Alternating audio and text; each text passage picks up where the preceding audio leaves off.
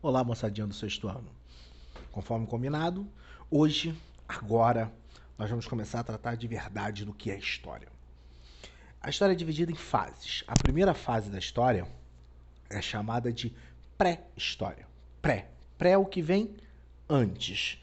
Então, por que antes da história? Porque quando fizeram essa divisão, dividiram ela a partir de um ponto básico. Só era história a partir do desenvolvimento da escrita. Ou seja, sociedades que não escreviam, que não registravam ideias, não eram consideradas história. A gente já viu isso no vídeo sobre calendários. E aí essa pré-história, o que é isso? Basicamente é o período onde o ser humano se desenvolve enquanto uma espécie e se organiza enquanto sociedade. É nesse período, que é o mais longo de todos, que nós deixamos de ser meros animais e nos tornamos animais racionais. É onde a gente se diferencia do restante das espécies. É onde a gente se torna protagonista da história evolutiva do planeta. A pré-história é dividida basicamente em três períodos. Três. O primeiro período é o mais antigo, é o chamado Paleolítico, ou Idade da Pedra Lascada. O segundo período é chamado de Neolítico, ou Idade da Pedra Polida. E o terceiro período é chamado de Idade dos Metais. Hoje nós vamos conversar sobre a primeira fase, o período Paleolítico. Paleolítico é uma palavrinha que vem do grego, significa basicamente pedra velha. Paleo é antigo e lítico é pedra. É a idade da pedra antiga, é a primeira idade da pedra. Nesse período, os seres humanos viviam em pequenos grupos. Esses pequenos grupos eles eram nômades. O que é um nômade? Nômade é um grupo que não fica num lugar fixo. Ele está sempre se movendo. Mas por que ele está sempre se movendo? Porque ele é um caçador-coletor. O que isso significa? Significa que a alimentação desses grupos era basicamente carne da caça de animais, frutas e raízes de verduras da coleta desses produtos. Então o ser humano ia lá na floresta e coletava uma frutinha, coletava uma raiz, pegava uma folhinha e caçava animais. Como os animais são nômades, eles estão sempre circulando dentro do espaço, os grupos humanos seguiam esses grupos de animais, essas manadas, para poder fazer a caça. Consequentemente, eles também eram nômades circulando dentro do espaço. Obviamente, você tem um espaço pré-determinado. Hoje, a gente tem uma nomenclatura mais específica, a gente chama isso de seminomadismo. Ou seja, você não tem um lugar fixo, mas você tem um território pelo qual você está sempre circulando.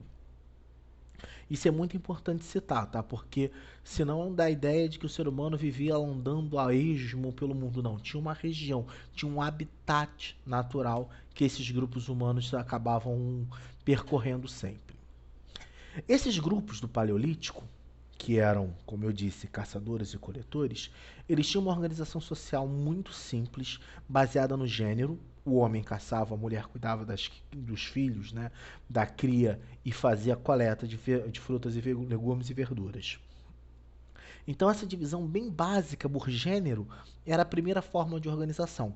Eram grupos de caçadores, então em geral o melhor caçador era o que liderava, e as mulheres estavam sempre cuidando dos filhos, né? A ideia básica de qualquer espécie animal é se alimentar e reproduzir. Então, todo esse processo de obtenção de alimentos e cuidado da cria era o que seguia, o que organizava todo o grupo humano. Haviam, obviamente, questões mais complexas culturais que os restantes dos animais, hábitos mortuários. Se tem registros que os seres humanos já enterravam os seus mortos desde a pré-história, desde o Paleolítico. Isso é muito comum, isso se encontra com uma certa facilidade, portanto que quando você encontra um fóssil humano, em geral esse fóssil está cercado de espaços onde você vai encontrar outros fósseis humanos, e em geral ele está reunido com alguns bens, algumas posses, alguns amuletos, algumas coisas que indicam uma manifestação cultural.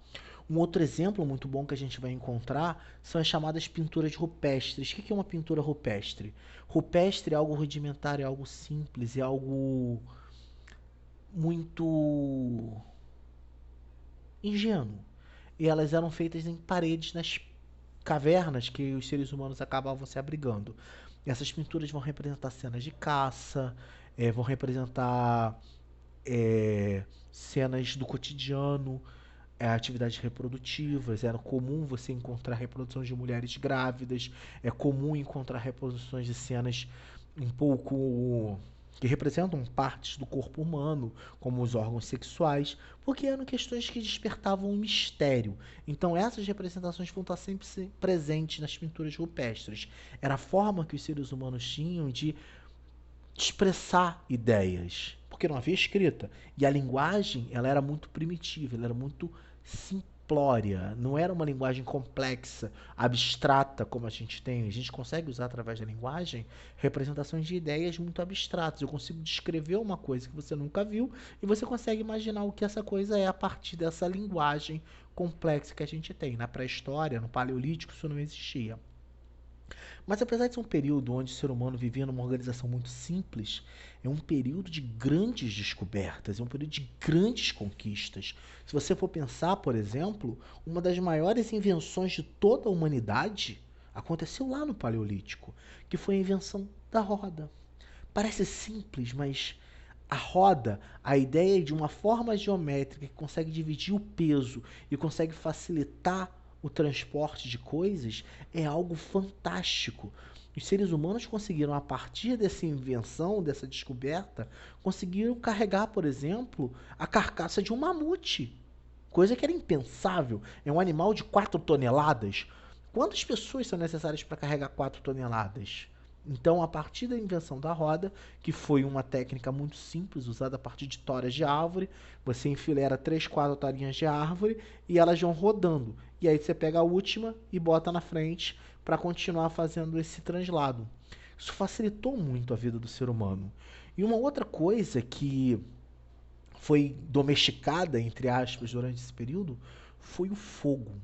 O fogo é algo incrível, porque se você for pensar bem, todo animal tende a fugir do fogo. O fogo provoca medo. É normal isso. O ser humano foi lá, curioso como só, pegou o fogo e controlou, aprendeu a usar o fogo.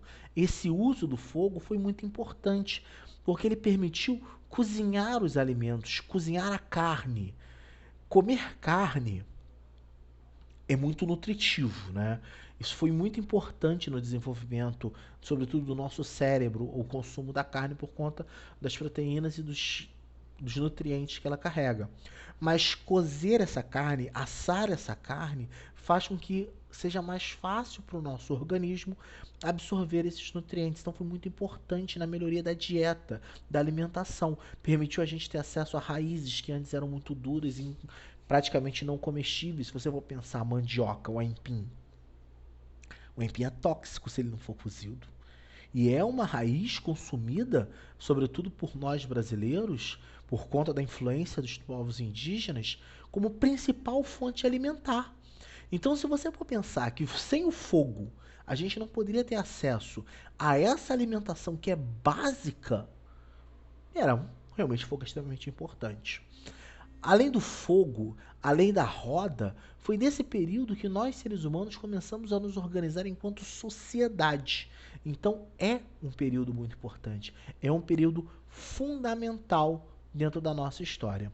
E esse paleolítico ele vai durar desde o surgimento do ser humano até a sua sedentarização. E essa sedentarização é assunto para o próximo vídeo. Um abraço para vocês, beijão para todo mundo. A gente se vê no próximo vídeo. Tchau.